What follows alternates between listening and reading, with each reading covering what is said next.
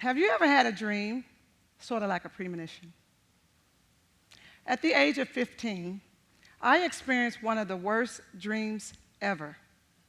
In this dream, many people, including my family and friends, were sick and dying, and no one knew why this was happening. This dream stayed with me for over 34 years, and it wasn't until I experienced some devastating moments in my life when I realized the dream was real. After graduating from high school, I decided to aim high by joining the United States Air Force. I enjoyed being in the military and the opportunities that it provided. One of the main requirements for me was to stay physically fit, and being the tomboy that I am, that was never a problem. Many years after leaving the military, I found myself on a battlefield totally unrelated to the Air Force. And like others, I too had fallen victim to obesity. Prior to gaining weight, I was very comfortable in my size 10, weighing 160 pounds.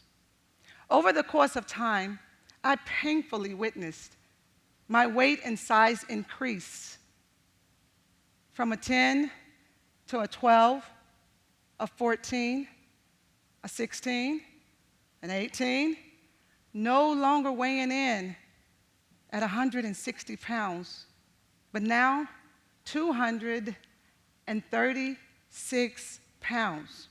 And if that wasn't bad enough, I struggled. I struggled with high blood pressure, high cholesterol. I was pre-diabetic. The dream of people being sick and dying slowly began to emerge into my reality. But I wasn't going out without a fight. Instead of going to the gym 2 and 3 days a week, I continuously increased my gym visit to a point in which I was going 4 to 5 days a week, twice a day. I would go in the morning before work and in the evening after work. Food for me was of no concern because I was a healthy eater. I prepared most of all of my meals. I very seldom ate out at restaurants. To give you an example, dinner for me would be cornbread, red beans and rice, fried chicken, slice of pie with ice cream, and then I would wash all that down with my homemade sweet tea. Despite my efforts, I could not get the weight off and keep it off, so I secretly joined multiple weight loss centers. And I used many products. Still, I couldn't get the weight off and keep it off. So I decided to do something totally out of the norm. And during Lent, I decided to give up meat and animal byproducts, eggs, milk, and cheese, for 40 days only. After the 40 days, I had lost 33 pounds. I was feeling so good. And to celebrate, I treated myself to one of those meals that I was accustomed to. And as soon as I took a bite of fish, my stomach began to hurt, and I felt dizzy. Not understanding what that was about, I decided to try it again. And as soon as I took a bite of that meat, I immediately became sick to my stomach and dizzy. I mentioned this to my brother, and I told him what I was going through and what I was dealing with. And it was my brother who said, seems like your body has given up that meat. It doesn't want it anymore. And you're becoming one of those vegan people. Feeling good about the weight loss, but totally confused about what I was doing, this led me to do my own research. And what I found out is that food could be a weapon for my body or a weapon against my body. So me, a vegan? You mean to tell me that for the rest of my life, I will have to eat some fruits, vegetables, grains, nuts, and legumes? Really? Who does that? I know I did it for 40 days only. But you know what? I felt good. The weight was coming off and staying off, and my health began to improve.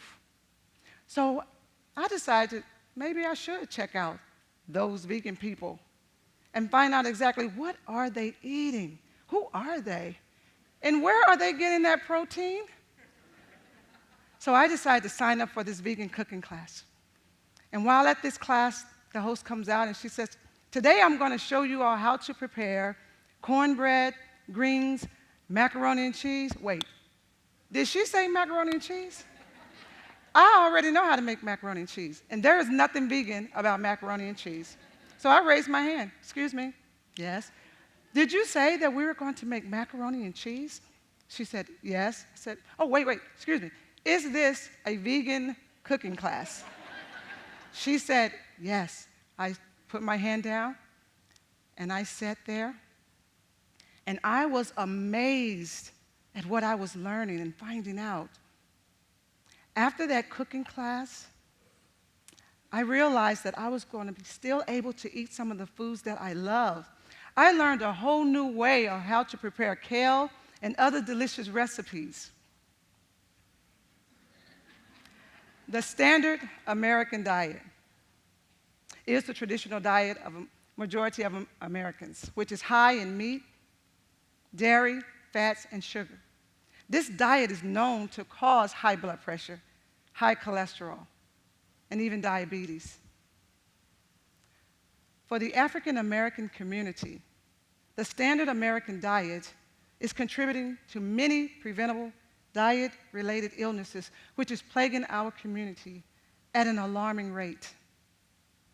The vegan diet, on the other hand, consists solely of plant-based foods.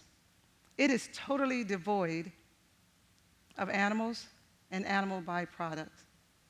This diet is also known to lower blood pressure, cholesterol, no form of diabetes.